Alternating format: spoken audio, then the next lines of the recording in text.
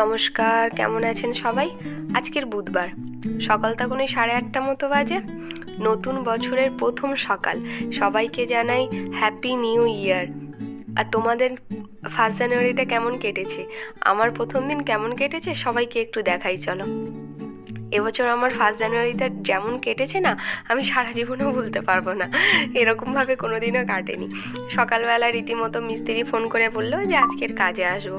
তো আমার কাজটা করিয়ে নেওয়া খুব দরকার ছিল। আর এমনিও আমাদের সেরকম কোনো প্ল্যানিং ছিল না পিকনিকের, কারণ আমার প্রচণ্ড ঠান্ডা লেগেছে আর খুব কাশি হচ্ছে আর শরীরটাও খারাপ, তাই সেরকমভাবে কোনো প্ল্যানিং করিনি। তো যেহেতু কোনো প্ল্যানিং নেই, তারপর বলি কাজটা করিয়েই নি, কারণ কাজটা না করালে ঘরটা যেরকম হয়ে আছে এরকমভাবে ভালো লাগছে না। তাই বললাম ঠিক আছে চলে এসো। তো সেই ঘরের তো সেই অবস্থা।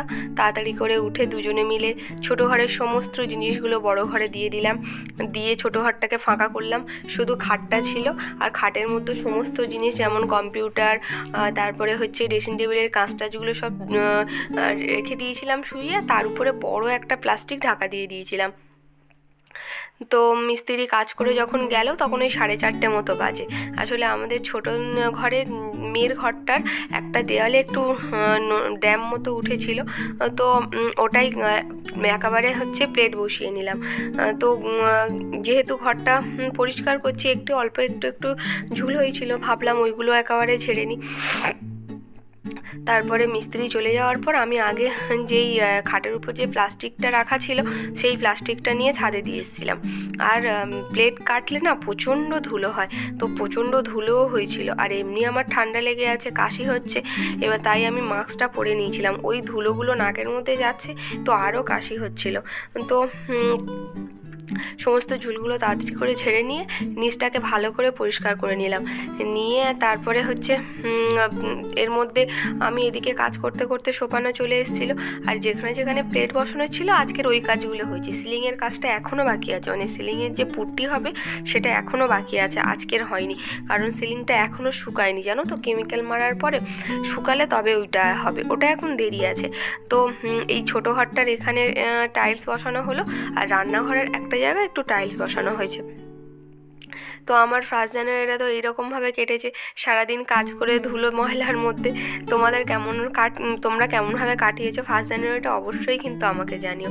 এই যে এই রান্নাঘরের এই জায়গাটায় টাইলস বসিয়ে নেওয়া হয়েছে, কারণ ওটাও একটু নোনা মতো লেগেছিল। তো ভাবলাম কাজ করানো হচ্ছে যখন, আবার সেই পরে করাতে হবে, কারণ এক জায়গায় যদি নোনা লেগে যায় না, তারপরে শুধু সময়ের অপেক্ষা, আস্তে আস্তে সেই জায়গাটা নোনা ধরবেই। তো আগে ভাবলাম ওই দিকের ঘরটা ভালো করে পরিষ্কার করে এসে ভাবলাম রান্নাঘরটাও ভালো করে পরিষ্কার করে নিই। আর একবার মুছলে হচ্ছিল না, জানো তো। পাথর তো মানে প্লেট তো ঘরের মধ্যেই কেটেছে, আর এত ধুলো হয়েছিল না, দরজা বন্ধ করে কাজ করেছে, তবু ধুলোকে আর ওরকমভাবে আটকানো যায়? রান্নাঘরটা ভালো করে ঝাঁট দিয়ে প্রথমে একবার মুছে নিয়েছিলাম, নিয়ে তারপরে আবার দুবার ধরে মুছেছি, জানো। দুবার করে মুছতে তবে গিয়ে যেন মনে হচ্ছে হ্যাঁ এবার ঠিক হয়েছে। তারপরে এখানে জলের জায়গা ফায়গাগুলো যে জিনিস যেখানে ছিল সেখানে ভালো করে গুছিয়ে রাখলাম। তো আমি এদিকে রান্নাঘরটা পরিষ্কার করতে করতে দেখি সোপান চলে এসছে, নিয়ে আসতে সে আর এক সমস্যা। আমি তো অত বুঝি না, তো আমাদের যে সুইচ বোর্ডটা ছিল না, ওই টাইলস বসাবার সময় সেই সুইচ বোর্ডটাকেও ওই কেমিক্যাল দিয়ে, যেটা দিয়ে টাইলস বসাচ্ছিল, সেটাও একসঙ্গে জাম করে দিয়েছে। এবার সোপান এসে বলছে এটাও জাম করে দিয়েছে। আমি তো অত জানি না। তো আমি বললাম তাড়াতাড়ি যাও, তাহলে একটা ছুরি নিয়ে এসে আর ওটাকে মানে কেটে দাও, দিলে যাতে মানে আর ওটা জমে না যায়। জমে গেলে তো আর ওই সুইচ বোর্ডটাকে খোলাই যাবে না। তো ওটাই দুজনে মিলে মানে করার চেষ্টা করছিলাম আর কি, মানে দুজনে মিলে ওই সুইচ বোর্ডটাকে ঠিক করার চেষ্টা করছিলাম। তারপরে ওটা কারণ কাঁচা ছিল বলে যখনই ছুরি দিয়ে কাটার চেষ্টা করা হচ্ছে, তখন পাশ থেকে ওই কেমিক্যালগুলো একটু করে উঠে আসছিল। যাই হোক, এটাকে ঠিক করার পর তারপরে ছোটো ঘরটাকে খুব ভালো করে মুছে নিলাম। মুছে নিয়ে শুধু তো আর ওই মেঝে মুছলে হবে না, না, ওর সমস্ত মানে খাট থেকে শুরু করে তোমার গ্রিল থেকে শুরু করে সমস্ত সব কিছু ভালো করে মুছে নিতে হয়েছিল, জানো। কারণ একদম ভিতরে ধুলো লেগে, মানে ধুলো তো ওরকমভাবে আটকানো যায় না, না, পুরো প্রত্যেকটা জিনিসে একদম ধুলো ভর্তি হয়ে গেছিলো। আমি তো আবার বলেছিলাম সোপানকে যে আলনাটা না হলে এই ঘরে থাক, আমি কিছু একটা একটা চাপা দিয়ে দেবো কোণে। ও বলেছিল না না না একদমই রাখা যাবে না, সব জিনিস বার করে দিয়ে এসো। শুধু খাটটা বার করতে পারিনি বলে বার করা হয়নি। এই যে দেখো এগুলো সব হচ্ছে ওই ইয়েগুলো, ওই কী বলে, ওই কম্পিউটারগুলো এইরকমভাবে সব রেখে দিয়ে আর প্লাস্টিক ঢাকা দেওয়া হয়েছিল। আর খাটটাতে যে কী ধুলো জমেছিল তুমি না দেখলে ভাবতে পারবে না। তো ভাবলাম ওটাকে আগে পরিষ্কার করে নিয়ে তারপরে হচ্ছে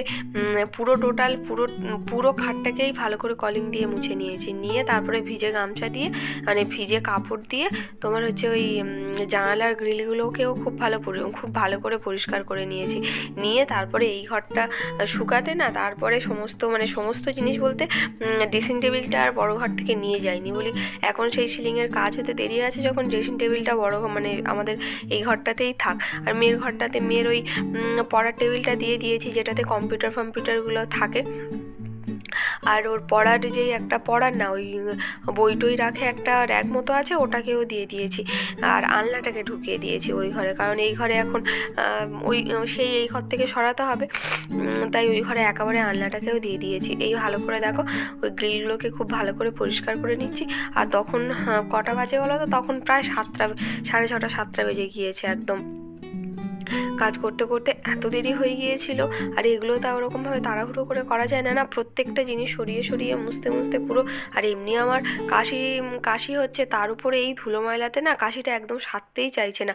তাই ভাবছি যে অ্যালার্জির ওষুধটা এবার নিয়মিত খাবো। অ্যালার্জির ওষুধটা ওরকমভাবে 1-2 দিন করে খাচ্ছিলাম, বন্ধ করছিলাম বলে হচ্ছিল না। কালকের থেকে অ্যালার্জির ওষুধটাও একদম কন্টিনিউ খাওয়া শুরু করে দিয়েছি। চলো এদিকে খাটটাও ভালো করে পরিষ্কার করা হয়ে গেছে। আর একবার ঘরটা মুছে নিয়েছিলাম, আরও একবার মুছে নিচ্ছি। তারপরে সমস্ত জিনিস ঢোকানোর পর একবার ভালো করে ঝাঁট দিয়ে নিয়েছি। তবে গিয়ে মনে হচ্ছিল হ্যাঁ একটু ধুলো কমেছে। তাও আমি ঘরের মধ্যে কালকের জুতো পায়ে দিয়ে হাঁটছিলাম। আজকের ঘর মোছার পর তবে মনে হচ্ছে না এবার ঠিকঠাক হয়েছে। আর সেবারে না ওই কোণটাতে ভিতরে একটুখানি ওই সিঁদুর পড়ে গিয়েছিল, কিন্তু জিনিস এতটা ঠাসা ছিল আর ভিতর থেকে জিনিসগুলো টেনে ওরকমভাবে বার করতেও পারিনি আর পরিষ্কারও করতে পারিনি। আজকের ওই জায়গাটা খুব ভালো করে পরিষ্কার করে নেবো। আর দেখলাম না খাটের এতেও লেগেছে, তা ওগুলো তো খাটতে এমনিই মুছে নিয়েছি, ভালো করে পরিষ্কার করে নিলাম। আর এই দরজাগুলোকেও খুব ভালো করে পরিষ্কার করে মানে মুছে নিয়েছিলাম। দরজাতেও বেশ ভালোই ধুলো জমেছিল। চলো এদিকে পরিষ্কার করা হয়ে গেছে। শোকানো দেখো এদিকে সব কিছু দিয়ে দিয়েছে, কিন্তু ওই পড়ার টেবিলে মানে কম্পিউটার টেবিলের এখন সেট করা হয়নি, কারণ আমার মনে হচ্ছিল না ওই টাইলস বসিয়েছে নিচে থেকে অল্প করে জল আসছিল। তাই বললাম তুমি সব উপরে রেখে আর ঢাকা দিয়ে দাও, পরে 2-4 দিন পরে সেট করে দেওয়া হবে এখন। আর এই যে এবার বড়ো ঘরটাতে চলে এসেছি, বড়ো ঘরটা ভালো করে ঝাঁট দিয়ে নিই, কারণ বড়ো ঘরটা আজকের অতটা বেশি নোংরা হয়নি।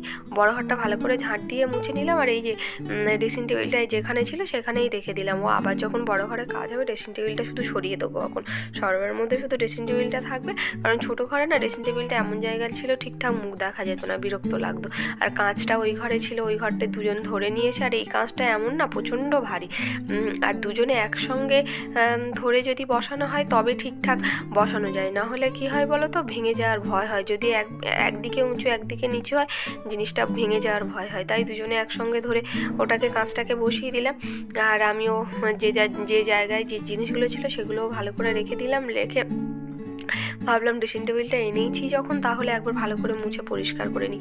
আর সেবারে ওই সিঁদুর পড়েছিল না, তারপরে আর ওই জিনিসের জায়গায় জিনিস নেই বলে আমার মানে সেই উপরে পেপার কাগজটা ছিল সেটা আর চেঞ্জ করা হয়নি। তো এবারে ভাবলাম আর পেপার দেবো না, পেপার দিলে না ঠিক বারবার করে পরিষ্কার করা যায় না। তো ভাবলাম যে তাহলে পরিষ্কার করছি যখন, তাহলে ড্রেসিং টেবিলটা একবার ভালো করে পরিষ্কার করে মুছে নিয়ে তারপরে রাখি বলে ড্রেসিং টেবিলটা ভালো করে কলিং দিয়ে পরিষ্কার করে নিলাম।